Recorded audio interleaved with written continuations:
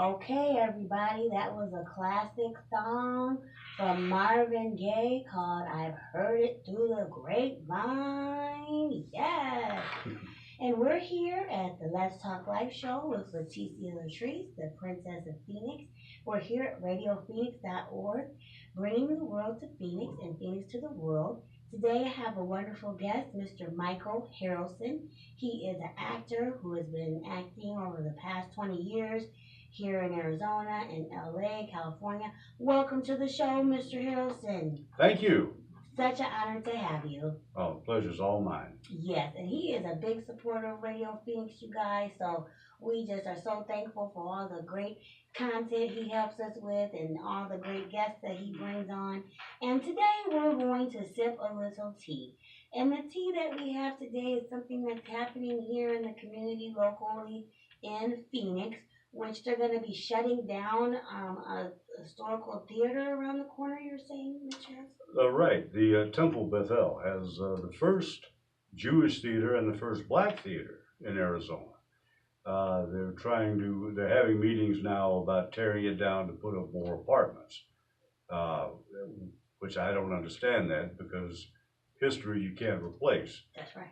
I mean, somebody's just trying to make a land grab. If you go down Portland Street at 333 East Portland, that's where the theater is. And they're thinking about demolishing it, tearing it down to add more apartments.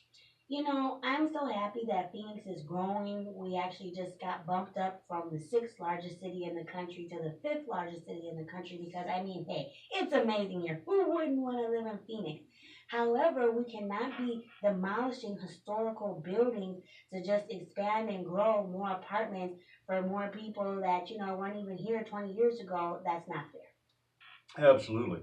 I mean, it's long been a dream of mine that even before they started talking about tearing it down, is that I'd love to open up a theater for acting and classes for kids for free. I mean, and not charge anybody anything. I mean, you've got all the kids that want to get into acting. They should have a resource to go to that you don't have to pay $200. All you have to have is a desire and a dream. I love it. I do too. And I think that you'll make it happen, Mr. Harrelson. Just speak it into existence. We are so thankful for you pioneering the way and the foundation that you've laid down here for the acting community here in Arizona. And I just want to kind of share with the audience like some of the great things you've done or a little bit about your career. Well, like I said, I started acting in 1968, and like most people, went to theater first. Gradually got into film. Been doing film here for 20 years, which is some of the best people I've ever met are filmmakers from Phoenix. And the thing that I love about Phoenix, unlike Hollywood, is that we're not cutthroat the way that Hollywood is. I mean, people here do support each other. Well, it could be because you're not going to get $1 million to do a film. That could maybe. When you're talking about $100 a day, it's easy for you to say, okay, well, I didn't get it. I'm glad he did. Yeah. But, Well, he's saying, well, he got $1 million and I didn't. Yeah. Maybe it's a different situation. Yeah, maybe that's a different story. But the thing of it is, to me, film is the art of the people. Everybody can't dance. Everybody can't sing. Everybody can't paint. Everybody can't write. But everybody can speak, walk, and talk, and that's basically what acting is. There you go. You don't look like a 6'2", six-pack, Ken Barbie doll, Mr. Harrelson, but you've been working for the past 20 years. That's true. I mean, you look at actors like Rod Steiger. Now, everybody remembers Marlon Brando on the waterfront. I could have been a contender. Rod Steiger played his brother in the film, but Rod Steiger looked like me. He's got a broke nose. He's an everyday looking guy. And that's what's always worked for me in film, is because I'm not classically handsome. I'm just an average looking guy. I can be anybody. Mr. Harrelson. I can be anybody. You are somebody. Oh, well, thank you. You're welcome. But that's actually a good point that you touched on, and I kind of want to just speak on that, is the fact that people feel like I have to be, 5', 6'8", 125 pounds, blonde, whatever, all these, physical attributes to be an actor, to be a successful actor. But I want you to kind of just, let people know that maybe that's a myth and you can just be the average Joe or the average person and get an opportunity in a film. Well, you can, because I mean, all of that Hollywood thing changed in the early '60s. That's when Al Pacino, who's not a classically handsome man, came to rise. Robert De Niro is not classically handsome. Uh, the key to that is the fact that film now makes room for people who look like people. Everyday person. Absolutely. The you were saying earlier about, do you have to have a lot of experience to go do film? No, you don't. Of course, the more experience you have, the better you'll be, and the more you work at your craft, the better you'll be. But really, all you need is a desire to get started. And if you go to Scottsdale Community College or Glendale Community College or Grand Canyon University, they all have film programs. ASU, they all do capstone films, which is the film where the people who've been doing it for the last couple of years do their final thesis on film. And they always need actors. So if you've never acted before, you can read for that and get started. Well, I think that over in history, it's been known that a lot of the most famous actors today started off as extras. Oh, sure, absolutely. Maybe had a 5-second line in a film just because they showed up and they were there and they tried. I always want to tell people, if you don't believe that's true, there's a film you should watch. It's called Somebody Up There Likes Me, and it's the Rocky Graziano story. Stars Paul Newman as Rocky Graziano. Great film. In the beginning, there's an extra who's changing a tire on a car, and it's Steve McQueen. And you won't mistake it.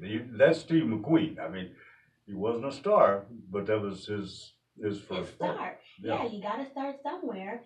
And so, Mr. Harrelson, like for someone who is like me, who's never really acted before, who hasn't gone to school for acting, anything of that nature, what would you need to show up to an audition to be properly prepared and just like a little starter kit that we can maybe have? Well, you're going to need headshots, and no matter what you do in this business, because your headshot is your calling card.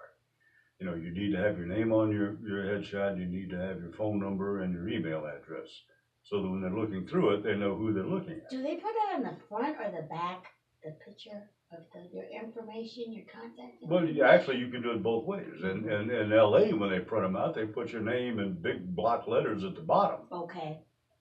Here, not so much. Right. Which it's okay to go ahead and write it all on the back. Okay. But as long as it's there, because the one thing you don't want is somebody wanting to cast you, but they don't remember what your name was because they saw 500 people that day. Mm-hmm. And God, this girl is just right for what I want, but who is she?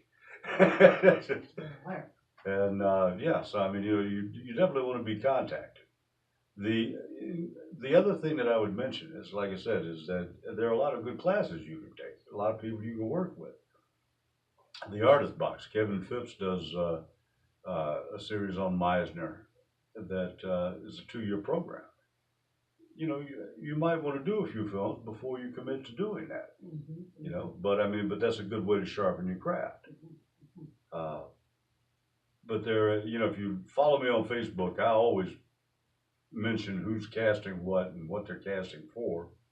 And we're going to get back into that in the next segment. Yeah. Because okay. I want you guys, Mr. Harrelson, he knows everybody who's anybody in Phoenix that's, in the film industry, indie, commercial, whatever. So we're going to be able to tap into his brain. He's going to give us some great tidbits and some insight on maybe how you can get into the film industry, specifically here in Phoenix, but just, in general. So we'll be back in this next segment of Let's Talk Life.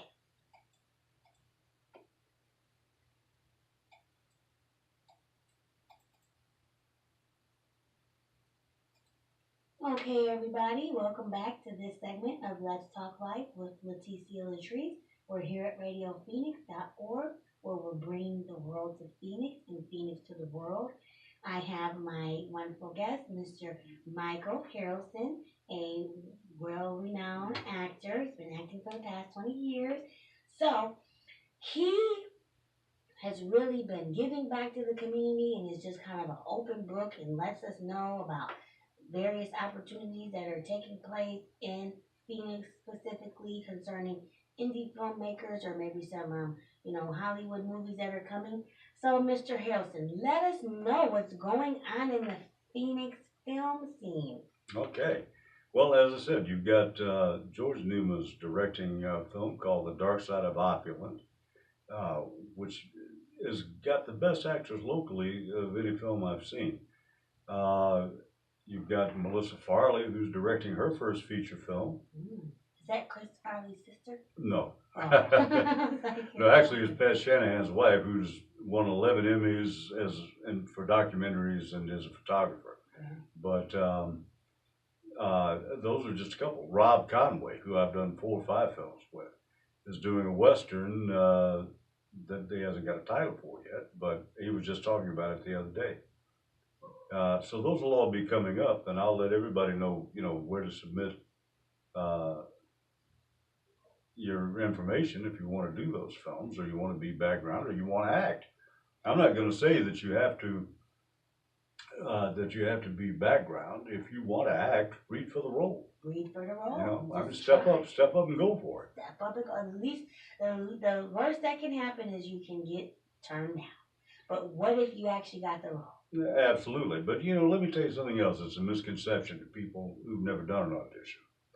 They all feel tense. They all feel tight. Like, if I don't do it really well, they're going to say something and they're going to embarrass me and I'm going to feel bad. That's not true. I've never gone to an audition, even when I did a bad audition, whereas everybody wasn't positive, wasn't affirming, wasn't welcoming. Even, if you could have done it better, they still smile and are very nice to you. They're not rude. It's not like Simon on American Idol. No. You get your feelings hurt. No, people would get beat up if they did that. You think people would actually probably go postal in the audition and slap? I know I would. But I'm crazy and I'm not ashamed to admit it. That's okay. We accept you for who you are, Michael. So I know that there are like some commercials and there's things that people could be extras for. I know you just did a Geico commercial a couple weeks ago. So let us know about those castings. How much do those usually pay? Like if you were able to become an extra on a commercial or something. Well, the least that would have paid would have for Geico would have been $150 per day, and of course that includes craft services, which is where they feed you. It's easy work, and most films, the same setup. Annie Medina from Movie Works now casts a lot of commercials, and Good Faith Casting. We had mentioned Faith Hibbs Clark and her daughter Bella. Those are people that you want to know if you're going to do work in film, because they primarily are the ones who do the paid castings. Right. Yeah. Well, paid is important. I fought for that for years. That now in Phoenix, even short films and short student films have a budget. And usually will pay you something because you're worthy of your hire. People used to say all the time about, we won't pay the extras. And my whole idea was, well, why wouldn't you pay the extras? You want somebody to come down for 12 hours of their life, and you don't want to give them any money. Now, they're not going to get any glory because as background, you're not supposed to stand out. Right. So why wouldn't you give them at least that incentive? At least pay them. Exactly. Why would somebody just want to come and work for free? Yeah. If I'm one of the leads in the film and you're paying me, you definitely should pay them. That's very true, Mr. Harrelson. I don't know why. Well, first of all, I feel like this is the thing. If you're not really confident in becoming a full-fledged, star leading role actor, be an extra. Start off to be an extra. No. You can make $100 or so for the day. You get an opportunity. You get your foot in the door. You are exposed to the acting scene. Well, absolutely. The biggest part of acting is networking. Uh, you get to know a filmmaker, and they introduce you to another filmmaker. And when they have a role that they think is right for you, they call you. Otherwise, you'll audition for it. I mean, I get as many parts from emails of friends asking me, would I do it, as I do from actually reading for something. Right. I'm not above reading for it. I'll go down tomorrow if you want me to read. Uh, we're having a film that you'd probably be great for. If you have Colton on as a guest, I'm sure he'll tell you about it. It's called Fruit of the Poisonous Tree. And it's a modern day uh, suspense mystery type thing. And if you follow me on Facebook, you'll see it listed there. But it's a modern day thing, so it's something that you would probably enjoy reading for. Thank you, Mr. Harrelson. Please let me know because I will be showing up for the audition. Well, great. Colton Dietz would love to meet you, I'm sure. I'm sure he'd love to come on your show and tell you about his movie. Oh, for sure. I really are willing to have anybody, that has a movement that they're trying to promote, a project they're trying to promote, to come on the show. That's what the Let's Talk Life show is about, is creating opportunities for the community. And we're here to educate, entertain, and encourage. So, Mr. Harrelson, what kind of advice would you give to somebody that wants to get into the film industry and, just giving them maybe some inspiration and encouragement and some practical steps on how they can do it? Well, the first thing that comes to mind, advice-wise, is that when you're in Vegas and you're at the crap table, you can't win or lose till the dice leave your hand. You got to throw the dice. Throw the dice. And when you throw the dice, you may be surprised. You may get 7 or 11, and that can be a good thing or a bad thing, depending on what your point was. But my point is that if you don't try, you never can. And the fact is that the world is there for you to grow. You don't show up thinking that, oh, well, I'm a 5-time Academy Award winner. Because it doesn't happen. You don't start that way. You start like everybody else, just like we were saying. You might have been an extra in 10 films before you ever got a speaking part. You may have read for something and got a speaking part and never been an extra. But it all works together. The important thing is that if you don't make the effort, nothing will happen. And the key to life is make something happen. That's how it works. That was words of wisdom, Mr. Harrelson, that the whole world needs to hear, because when you think of acting, you think of Hollywood stars, you think of Halle Berry, you think of Denzel Washington, you think of all these people, and you think like, how can I be like that? I'll never be able to be a big famous movie star like that. But it's not about that. It's about, if it's something that you want to try it out. Put your best foot forward, and you never know what can happen. I know, like we said, Denzel and Halle Berry, there was somebody's extra somewhere. Look at Chris Rock. He was a crackhead in New Jack City. Yeah. Well, I was going to say, getting back to Denzel, his first film was a movie called Carbon Copy with George Segal, as to where he played the black son of a Jewish man who discovers he has a black child. And even then, you could tell that Denzel had big things ahead of him. I mean, I love George Segal. He's no Jewish guy. What can I say? Right. But Denzel was magic.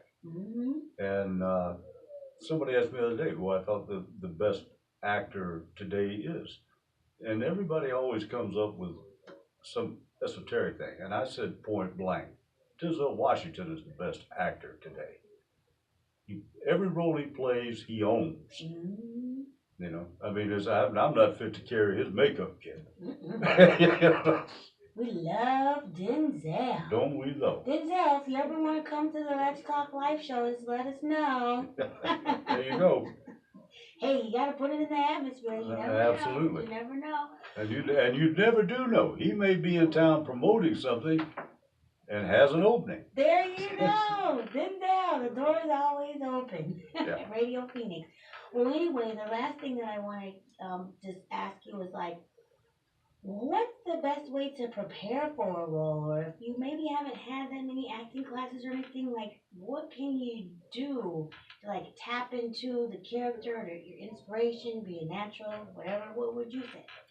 I can break that down for you in just a few things. Number one is that the best part of acting, the biggest part of acting, isn't acting. It's reacting. This character says something to you and you react to it. That's acting. As long as you do it naturally, as long as you do what's within the scope of that character, you can't go wrong. Mm-hmm. When you're going to audition for a role and you read the part, have some understanding of who that character is. You have to create a backstory for them if nobody else has, which is why is this person that way? Why do they act like this? Why do they react that way? If you've got a backstory and you understand the backstory, you'll understand the character. And you have a very good chance of bringing that character to life because you'll breathe part of yourself into it. Right, and I think that's what it is. It's like you don't want to be mechanical, you want to be natural. Tap into your own emotions. How would you feel if you were in this situation? Well, exactly, because I mean, when you look, acting is three-dimensional. You know, when you see a bad actor, you'll notice that it's because he's being two-dimensional. You know, I mean, he's there, you see him. He just doesn't have any depth. He has width and he has height, but he doesn't have any depth. You've got to add that depth in order to be a three-dimensional actor. And to do that, you have to know who the character is. Mm-hmm.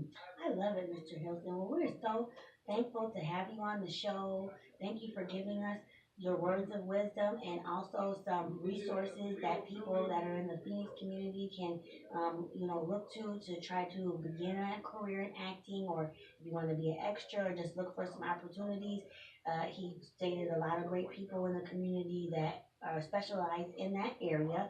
If you can just let the audience know the best way to reach you and how we can follow you and keep in contact. Well, it's like I said, if you can follow me on Facebook, I have a page called Michael Harrelson Actor, which you can just follow. You can friend me as just Michael Harrelson, and I'll accept you if they'll let me. You're just so popular, you might not have enough room anymore. I know, and but you can find me on Facebook, and that's easy. That Messenger, you can reach me through there easily. That's how I reached you. And if there's a way that I can help you, feel free to ask me. I mean, I'll be the first one to tell you if I can't, but I'll also be the first one to do it if I can. That's amazing. You're such an awesome man, and I thank you for supporting my show, supporting me, helping me get some opportunities in film. I look forward to working with you in the Me future. Too. And you guys, thanks so much for tuning in to this week's episode of Let's Talk Life. We'll see you next week. Bye. Bye-bye. I thought that went pretty well. I did. Just give me 1 second. Turn this off.